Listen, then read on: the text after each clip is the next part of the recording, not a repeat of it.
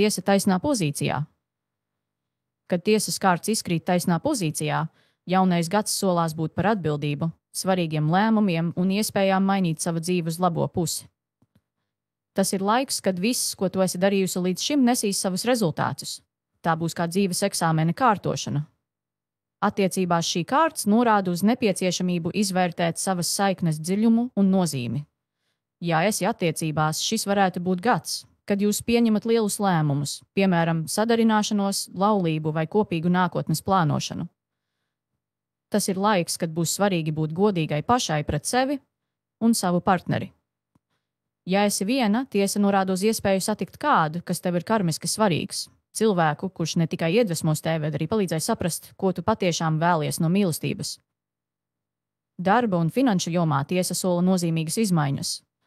Tas ir laiks, kad tev būs jāizvērtē savi mērķi un jāpieņem atbildīgi lēmumi. Iespējams, būs jauni piedāvājumi vai izmaiņas darba vietā, kas vedīs uz izaugsmi. Finansiāli šī kārts liecina, ka viss būs atkarīgs no tavas spējas plānot un pārdomāt rīkoties. Ja esi strādājusi cītīgi, šogad varēsi baudīt rezultātus.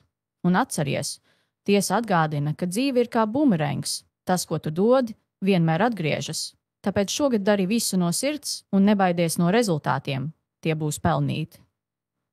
Tiesa apgrieztā pozīcijā.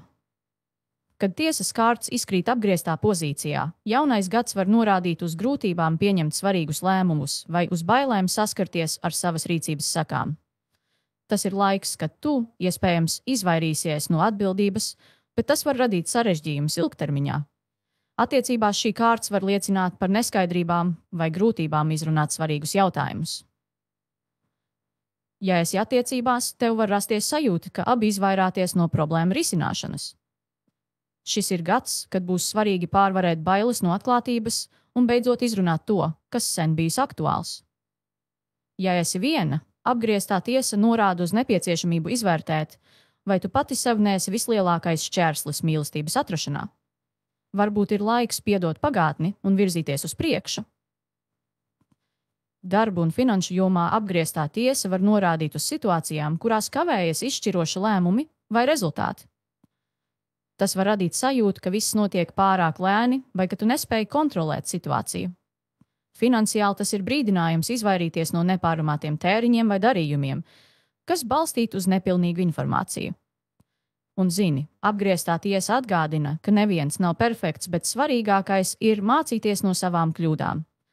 Kā saka, ja vienīgā atbilde ir "es nezinu, ko darīt", tas jau ir solis uz priekšu, jo tas nozīmē, ka tu esi gatava meklēt risinājumu. Šogad dari visu iespējamo, lai nestu gaismu savā dzīvē, un rezultāti tevi pārsteigs.